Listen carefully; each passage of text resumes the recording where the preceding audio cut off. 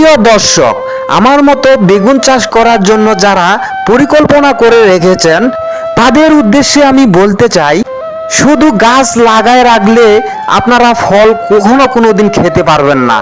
আমার মতো সকাল বিকাল এই গাছের মধ্যে পানি দিতে হবে, তাহলে কি আপনার গাছ অবশ্যই ফোকাস মারবে। এই বেগুন চাষ করার জন্য অনেক কঠোর পরিশ্রমের প্রয়োজন, তাহলে কি আপনারা বেগুন দেখতে পারবেন। এই বেগুনের গাছগুলোতে আমি খুঁটি দিয়েছি যেন ঝড় বৃষ্টিতে গাছগুলো ভেঙে না পড়ে। এই খুঁটির মধ্যে গাছগুলো যদি লড়ে যায় তাহলে আপনারা কখনো কোনোদিন বেগুন পাবেন না। প্রিয় দর্শক, আপনারা যদি আমার মতো ন্যাচারাল বেগুন খেতে চান তাহলে আপনাদেরকে আমার মতো কঠোর পরিশ্রম করতে হবে। এই যে দেখুন আমার হাতে ন্যাচারাল বেগুন, খেতে খুব সুস্বাদু। আর এখানে আমি বেগুন গাছের যে গোড়ায় ঘাস হয়েছে এগুলো তুলে ফেলতেছি, কেননা এই ঘাসগুলো আমার বেগুন গাছ হতে দেবে না।